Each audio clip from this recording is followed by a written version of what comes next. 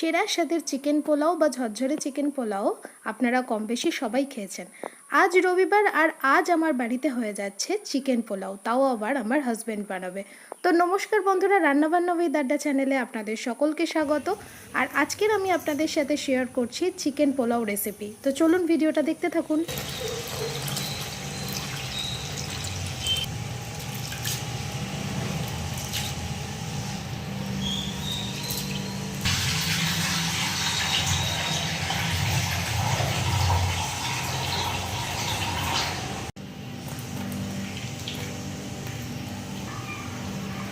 তো আপনারা দেখতেই পেলেন চালটাকে কিন্তু ভালোভাবে ধুয়ে নিতে হবে, তারপর সেই চালটাকে ভিজিয়ে রাখতে হবে।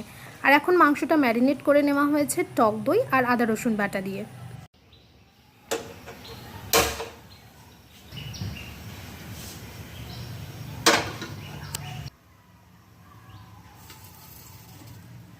এই হাঁড়িতেই আজকে চিকেন পোলাও রান্না হবে।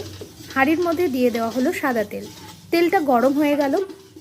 তেলটা গরম হয়ে যাওয়ার পরেই দিয়ে দিতে হবে গোটা মশলা, যেরকম শুকনো লঙ্কা, এলাচ, দারচিনি, জয়িত্রী, লবঙ্গ, আর দিয়ে দিতে হবে তেজপাতা। একটু নেড়ে চেড়ে নিয়েই দিয়ে দিতে হবে কুচনো পেঁয়াজ। পেঁয়াজটা ভালো করে ভাজা ভাজা করতে হবে।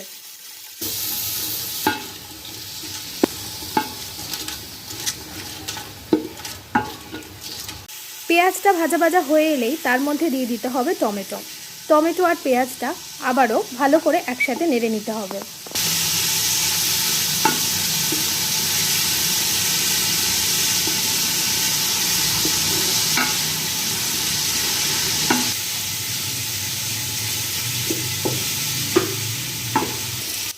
এখন দিয়ে দিতে হবে পরিমাণ মতো নুন। তারপরে দিয়ে দেওয়া হলো বাকি যে আদা রসুন বাটাটা ছিল সেইটাই।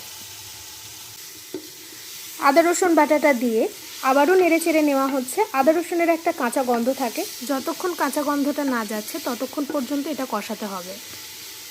তারপরে দিয়ে দিতে হবে ধনের গুঁড়ো আর জিরের গুঁড়ো। এবারে দিয়ে দেওয়া হচ্ছে লঙ্কার গুঁড়ো। তারপরেই ম্যারিনেট করা মাংসটা দিয়ে দেওয়া হলো। খুব ভালো করে এবার কষিয়ে নিতে হবে।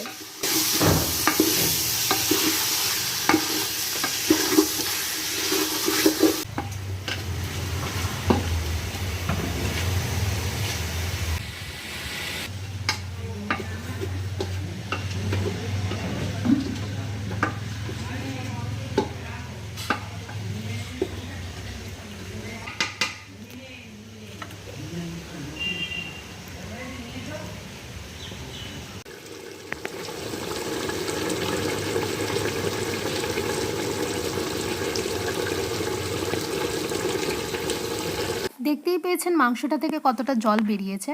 তো যাই হোক, এখন আলুগুলো দিয়ে দেওয়া হলো।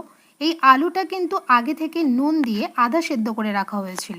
আপনারা চাইলে আলুটা আগে থেকে নাও সিদ্ধ করতে পারেন, মাংস কষানোর সময় আলুটা দিতে পারেন। সেক্ষেত্রে আগে থেকে ভেজে নেওয়ার কিন্তু কোনো দরকার নেই।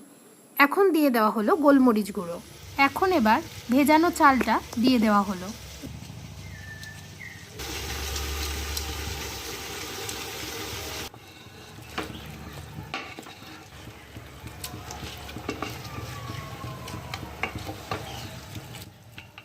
এখনও কিন্তু জল দেওয়া হয়নি, তাই মাংসটা থেকে কতটা জল বেরিয়েছে দেখুন।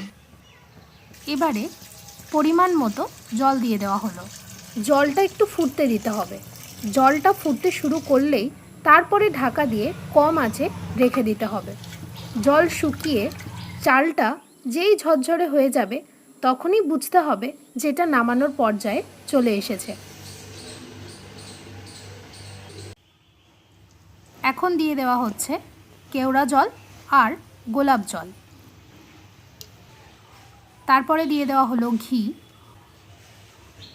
তারপরে দিয়ে দেওয়া হলো চেরা লঙ্কা। এখানে পাকা লঙ্কা দেওয়া হয়েছে, আপনারা চাইলে কাঁচা লঙ্কা দিয়ে দিতে পারেন। তারপরে সবশেষে দিয়ে দেওয়া হচ্ছে গরম মশলার গুঁড়ো। তো এই পর্যায়ে আরও 5 মিনিট মতো কম আঁচে রাখতে হবে। প্রথম দিকে কিন্তু জল ফুটতে শুরু করলে তারপরে ঢাকা দিয়ে কম আঁচে রাখা হয়েছিল। তারপরেই জল শুকিয়ে গিয়েছিল, চালটা ঝরঝরে হয়ে গেছে, তাই নামানোর আগে দিয়ে দেওয়া হলো ঘি, চেরা পাকা লঙ্কা আর গরম মশলা, আর দেওয়া হয়েছিল কেওড়া জল, গোলাপ জল। তারপরে 5 মিনিট মতো আবারও রাখা হয়েছিল। তো রান্নাটা কমপ্লিট হয়ে গেছে। চিকেন পোলাওটা কিন্তু বেশ ঝরঝরে হয়েছে। চিকেন পোলাও সাথে স্যালাড, আর তার উপর আবার রবিবার, কম্বিনেশনটা কিন্তু অসাধারণ। চিকেন পোলাও সত্যিই একটি দুর্দান্ত খাবার। ছোট বড় সবাই এই খাবারটা খেতে খুব পছন্দ করে, আর আমি তো ভীষণ পছন্দ করি। তার উপর আজকের এই রান্নাটা করেছে আমার বর। তো যাই হোক বন্ধুরা, ভিডিওটা কেমন লাগলো আমাকে অবশ্যই জানাবেন, আমার পাশে থাকবেন, আমাকে সাপোর্ট করবেন। ধন্যবাদ।